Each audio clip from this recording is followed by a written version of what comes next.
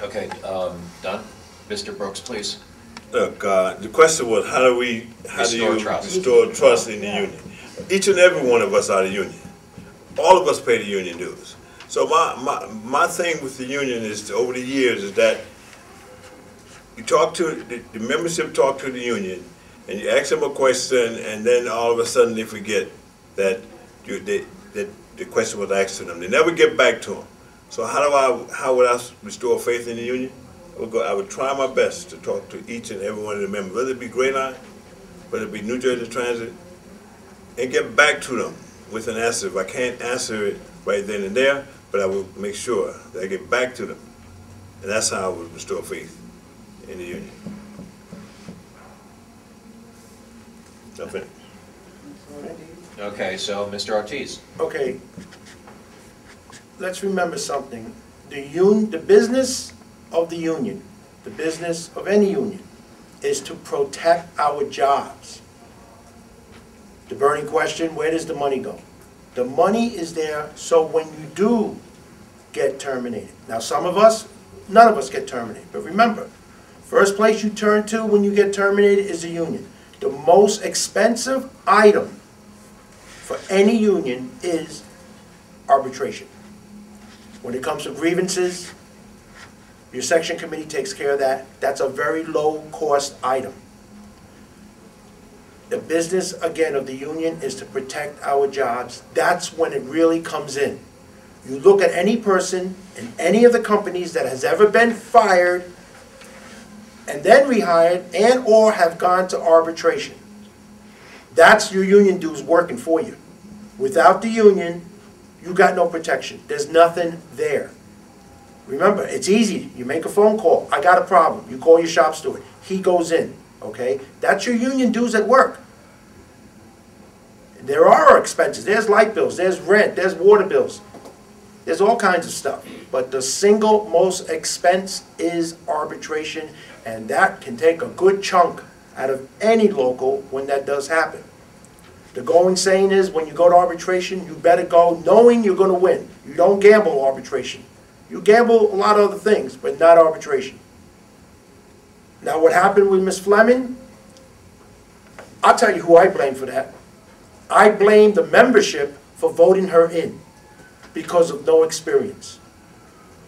I've always welcomed anybody to run for an office in the union, but start at the bottom. You get your help, someone holds your hand, and you work your way up through experience. Hands-on, that's what I believe in. Karen was put in a position where I didn't want to run for president because it wasn't my time. I wasn't ready. I knew I wasn't ready. So I laid back. I stayed where I am, being chairman. There's a lot involved. There's no learning process when you're president. You learn from the bottom up.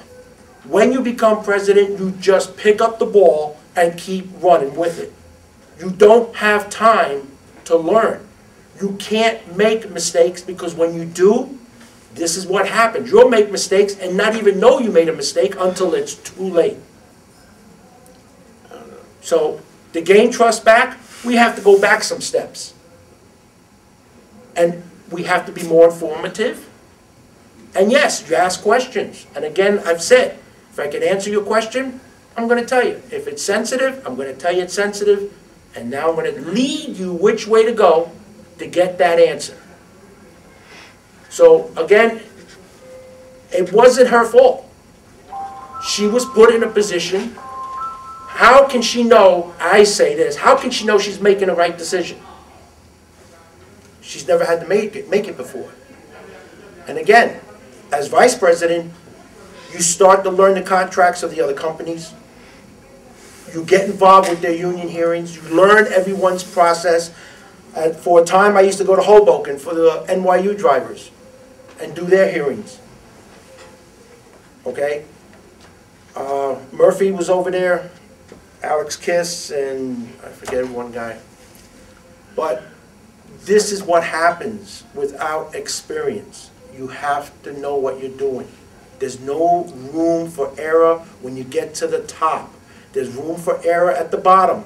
People see your mistakes and they correct you. It's just like when we go into our negotiating. We got our head negotiator, we talk. And while we're sitting in that room, we got our own ways of letting the other person know, shut up, you're talking too much, okay? As president, you're on the top and you're by yourself. You're on top and you're by yourself. And it's unfortunate what happened. Sue? I just have something to say to this.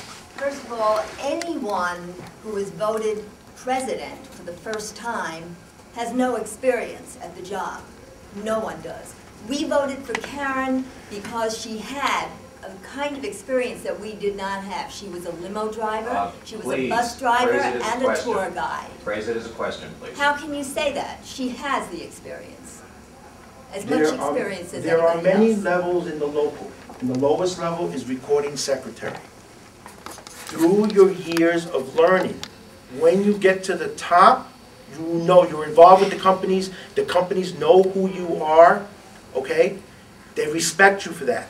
When someone new, out of the blue, comes in, as Karen did, the companies lay back and say, well, we're gonna just play with this one, okay? That's what happens. Well, wait. What was the original question from Serge? How do you restore trust in the union? Is that it? Which he did answer because I was keeping notes. It wasn't her. And then there I'm was talking a- about up here. It's gotten all over the place. I'd like to ask a question now, by the way. Sure, fine. Two questions, actually. Number one, everybody has like what they're going to do, as if, you know, they have this carte blanche, all omnipotent power.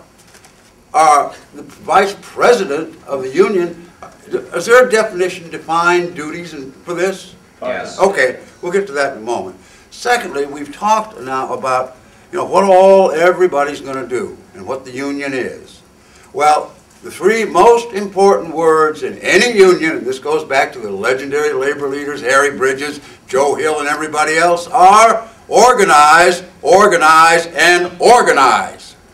And that doesn't just mean going out and rapping on some other guy by business over here. It means getting organized within your own union, and Rick talked about that at those union meetings with the taxi people when they're having problems in there. You'll never get any trust within this union or any other union unless you organize internally, and this means, hold it, I'm getting there, son, I'm getting there, don't worry. You'll never have any of that unless you have a specific agenda and you're open about it, and you have to get this out to the people. And a case in point of how bad this is in this union is look right here in this meeting and how many people are here. We couldn't even make sure we got a notice posted on our bulletin board regarding this meeting. Now let's start talking about what the union is about and its organization. Organize, organize, organize. Now how do you plan to address that?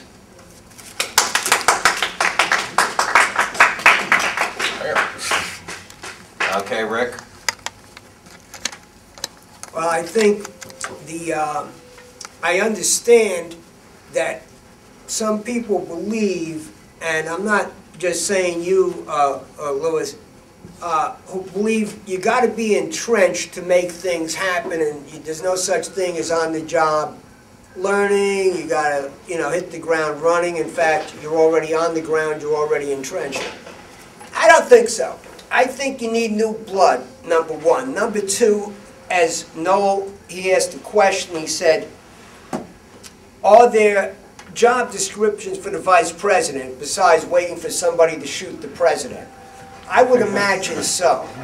I would imagine so, and I would like to have access to that, but we don't. A lot of stuff we don't have access to. Again, to answer the question straight up, yeah, everybody's a union rep. We need more non-officials who have a little bit more access and feel like they're sitting at the table. Yeah, it's empty here tonight. I've never seen it so empty. It's unbelievable. And I'd say about that, as far as that goes, now let me just extend, if I could, just say one thing about it. The lack of people showing up here. Lack of organization.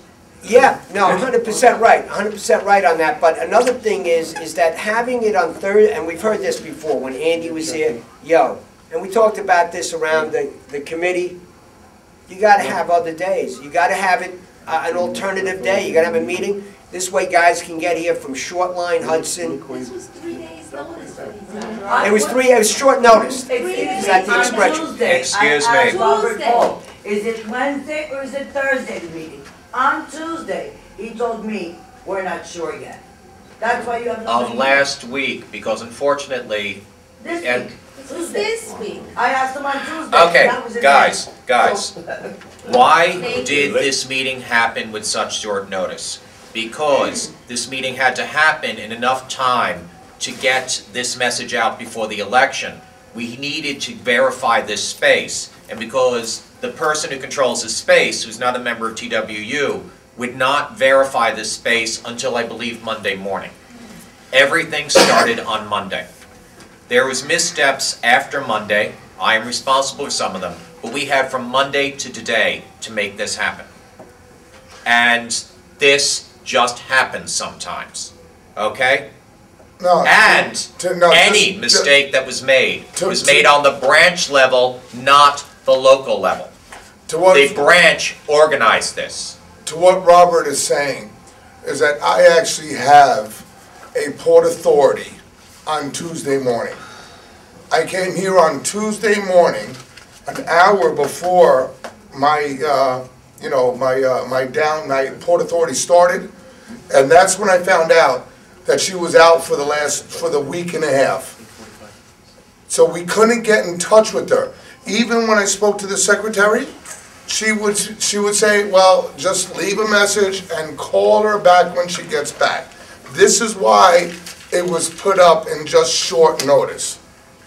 But I'm guaranteeing you right now, from me, you guys know me all personally, I came here 2 weeks ago, and I couldn't get this meeting because she was gone. So this is the quickest that I can get it.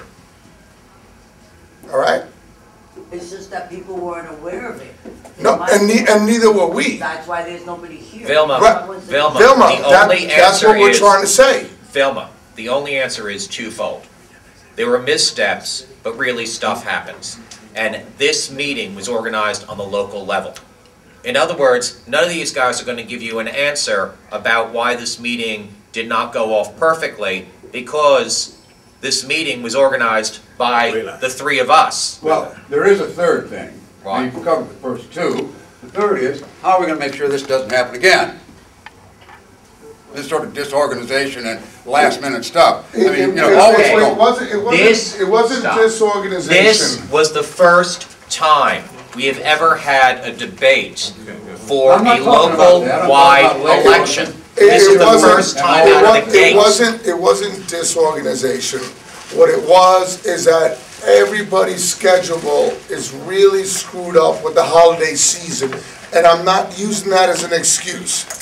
But I can guarantee you that once we pass by Hanukkah and Christmas, that Mr. Murphy and I, we will have the same day, the same union meetings every day.